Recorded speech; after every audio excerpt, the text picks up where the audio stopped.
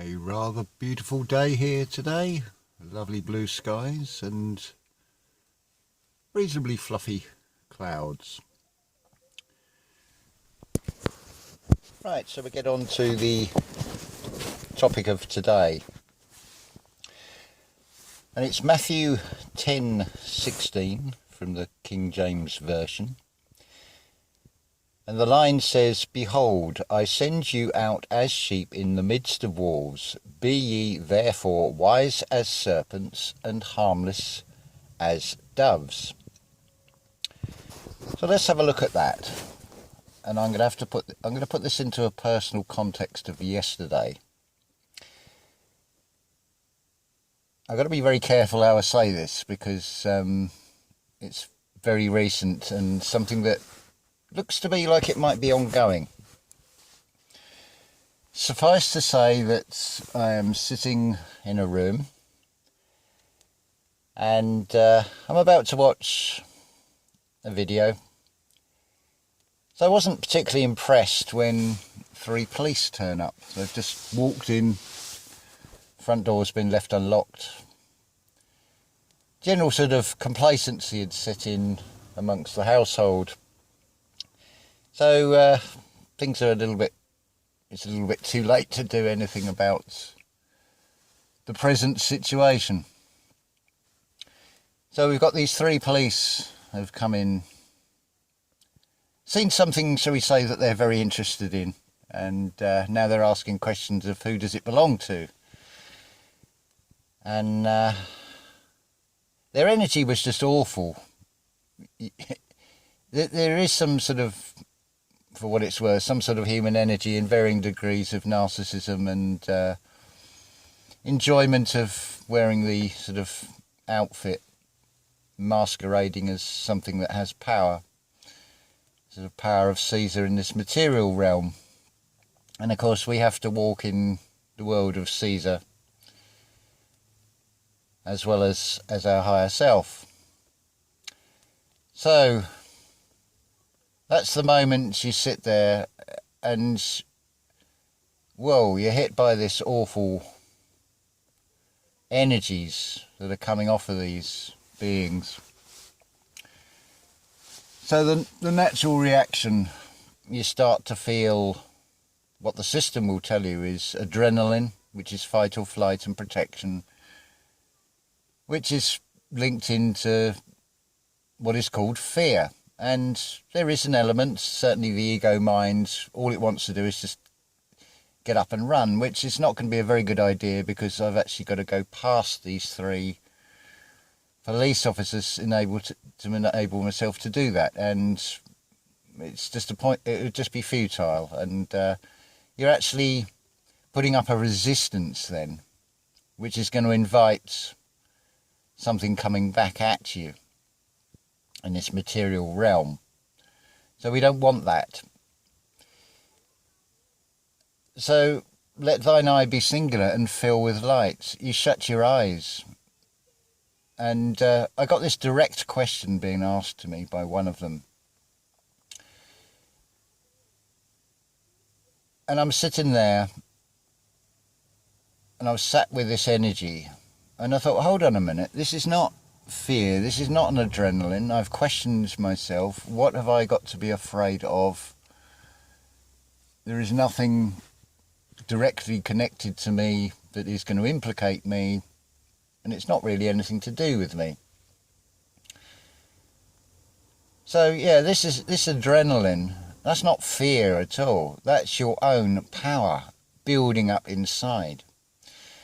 So as I've been asked this direct question, I have basically replied with, well, I'm sorry, I cannot take you seriously when you've got that thing on your face. And at the same time, can almost see this with the physical eyes, but it's in the spiritual realm. There's like this ripple of energy. What the sensation you would think of as being adrenaline actually suddenly blasts outwards. And these 3 police officers just went back into this robot mode, never came back with any further questions at me. Oh, I did get asked one a bit later on And one of the usual sort of leading questions, which I quickly sort of deflated. I'd even made a point of rolling a cigarette in front of them. And I just carried on and went back looking at something on my phone.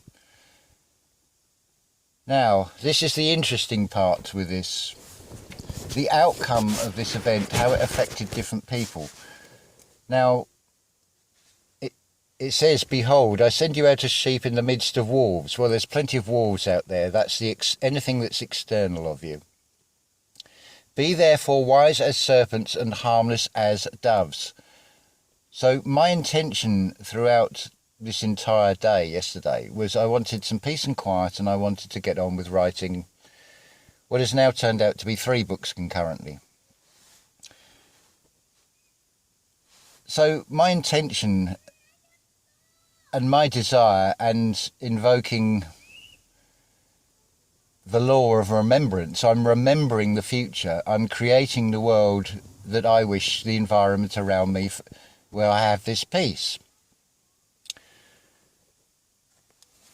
Now, this is where it gets interesting. Now we're going to draw this. This is going to be the easiest way. What have I done to the phone here?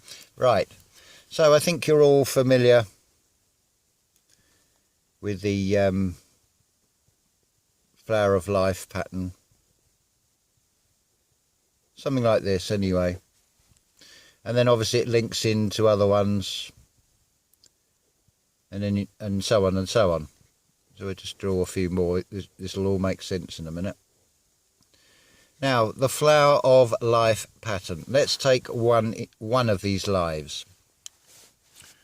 Now, actually, before I do that, let's explain. There's a distinction between humanity and the rest of the living world in terms of animals. And that distinction, apart from being conscious, is being upright. You are on 2 souls. Now, most animals are on 4 because their circuit is towards the grid, which is basically a giant printed circuit board that we're sitting on. So if your bubble, the point of everything is you. So that's you there. That is the whole point of everything, right? Now you have this reality bubble, this external reality bubble around you. Now we'll take average Joe. So somewhere in there you'll have worrying about paying your electric bill. You'll have worrying about your job. You'll have maybe children, mortgage, I don't know, baseball, various interests. They're all things that you are putting your focus and your energy on. But do you see what happens with this? It's very erratic. Some of these things are negative that are going on here. So that flower of life pattern is very haphazard, very chaotic. It's expressed numerous times on videos. This has been shown. We've got the drum skin and the grains of sand, and different frequencies will give perfect patterns or chaotic patterns. So most people have got this reality bubble around them, so they are very haphazard. There's no world order within their universe, within their world. They haven't got that perfect petal pattern where everything is in balance. So if let's simplify this. When you know who you are and where you are, you've got your cardinal points. That's probably the easiest one. I mean, you've seen this symbol expressed many times. So what happens is, when you have an intention of something, you have a desire and it's a wish fulfilled, because you don't want to be in sin. You don't want to miss the mark and not fulfill that desire. You want to create that realm around you. So when you think, basically, what is man? Well, there's the body, that's I, and you've got 2 arms. I mean, I think you're all very familiar with what that shape is. Now, the key to this is this part. See, this is a wooden cross, is another expression of it in the material, because it's been cut, it's been severed, like the umbilical cord, it's dead.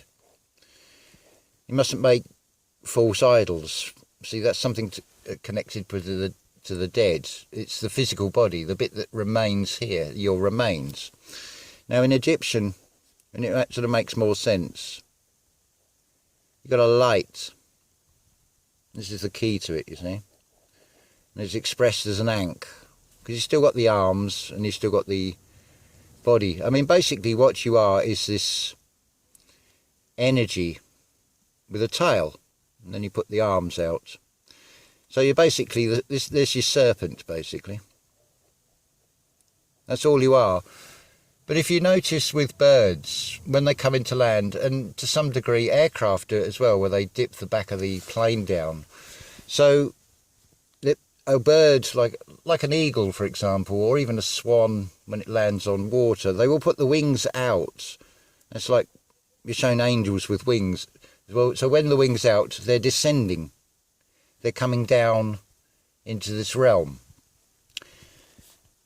So once you've got into this realm as a spiritual essence, the real you, that is the point of all of this, of being in this reality, this external reality that you're playing in, you're basically a serpent, because you put the arms down, you're not resisting, you're going with the flow.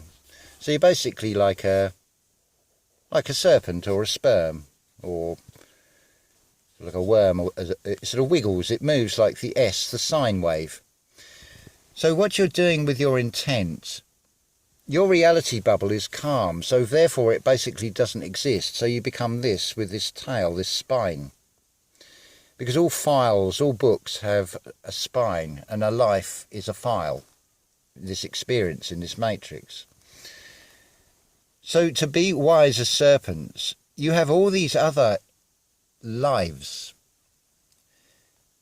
these flowers of life, individual ones. So what you're now doing, you're being wise as serpents, you're weaving your way around these chaotic bubbles. You can see you're making the sine wave. You're being as wise as serpents, because you don't want to end up in this chaotic realm. It's so while everybody else has their own flower pattern, which can be very chaotic, you're just going about reaching your desire, which was peace and quiet, which we're put here on this. But there's lots of chaotic things. Now, these other lives have got their own things going on, so they're not having this outcome, they're having far more negative ones. And that is the beauty of this whole thing. See, my intention was as gentle as a dove. I never put out an intention that I want peace and quiet at all costs, that I don't give a shit about what happens to everybody else. I remained neutral. Going back to the scenario with the police, I did not put up a resistance.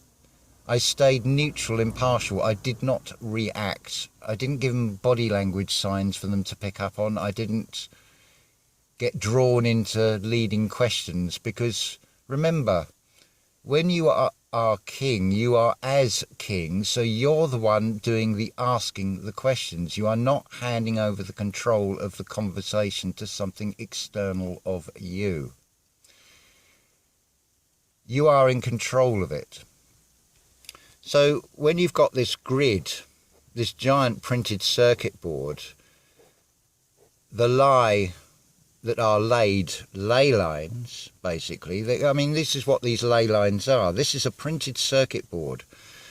So when your focus is in the material realm, you're focused into this grid, because this flower of life pattern is very much like that mushroom cloud, shall we say, the atomic bomb. It's an explosion of an idea, and you'll notice with that, these outer edges, the external, they're continuously folding back in on themselves all the time. And this is what this flower of life pattern does, because it's not just two-dimensional like on this paper. I can't sort of express it in enough dimensions to show this. But if you think like a school of tuna where they form a ball, And it's continuously changing, because life is evolving, it is changing continuously. It is not static, it is not dead, it is not stationary.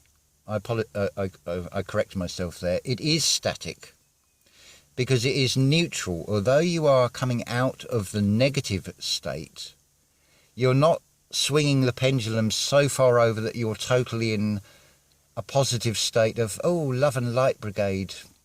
You're staying neutral to it, because you are interacting in this external reality, because you're in this external reality to have the experience, but you're weaving your way through it and getting to the point that you want, that world, that day you have created ahead of yourself. This is borne out to me so many times, and I have experienced this so many times by doing basically what Neville Goddard says, and that is test it for yourself. So you go into your closet, go into your meditation, and you train yourself through repetition, because don't worry if you don't get this right first time. Just keep doing it. It will come. If you have the desire and the intention to get to that point where you want to connect with your higher self, and you want to be an expression of higher self to operate through. Because believe me, and when I say here believe me, because in the sense of this is testimony,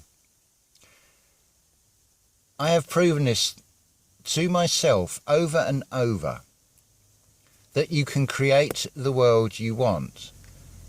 When you understand and see and feel and have that inner standing of seeing the spiritual in everything, it is a game changer, because this is just a game. That's all it is. You're in a matrix. You're on this printed circuit board.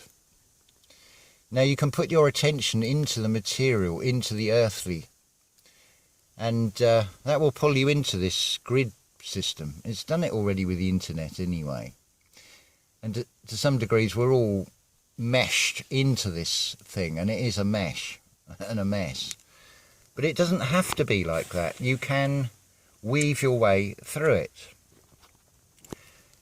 And of course, as a flower of life pattern, what you'll notice with that pattern, all these circles actually overlap, so you can't tell one from the other, because it is all one. But you then become, within that oneness, you become something that's moving, You become the arteries and the veins, the heart areas, because you are arisen, you are arising. So you become of this embodiment of the whole, the oneness of it all, within this flower of life. You are then, as your higher self, being wise as serpents, because you're weaving. You are like the blood that flows through and around everything, and the veins that draw back and take it back to source again. Because it's an output and an input side on these things, but you're being neutral to it all. You're not allowing little explosions to go off in here and causing even more chaos within your own reality bubble. You're at peace. You're no longer on this cross. You've just become a point. I mean, science will tell you, because it is a science fiction and it is a seance, that you're an insignificant little speck. But that is the whole point. You see how this duality works? See, this is done now. This is a seed that is now going out there. It's on paper, it's stationary, it's dead, and it's just expressed in 2 dimensions. But basically what you really are, and you'll see this in the Egyptian, you're a sun disk. Because you are a sun, you are your own light. And you have your tail down here. And around your light you have your heaven, your sun and your moon. There's your 2 wings. When you see things in the cold light of day, what are you seeing? The cold light of day is the moonlight. Because we're talking about a 24-hour day, not just daylight, part of a day. You see how all these words and things are set in such a way to confuse when they don't need to be. So I may put this together in another video. It's certainly ideas for this. Basically, what is book 4 is the ideas as they unfold, and this is the other thing with this oneness. Everything is always continuously unfolding, just like the nuclear explosion, just like the way broccoli looks, the way cauliflower looks. It looks like a brain, and the brain resembles that nuclear explosion. It's you could call it the Big Bang. It's a Big Bang going on within you. It's filling with light when you reach that higher self state. Because if you see these things purely from a material, mortal perspective, then generally they will seem quite bleak. But if you see the higher self spiritual meaning that pervades through everything, be it solid inanimate objects or something that's living, that spirit is still in there. It still pervades through everything, because everything came from a singular source. So regardless of whether it's now created by the grid pattern itself came from source anyway. It's just been sort of hijacked and become a sort of rogue program. But you are the free radicals within that program that are weaving new pathways. You are creating new neural pathways within the oneness. This is all part of this experience.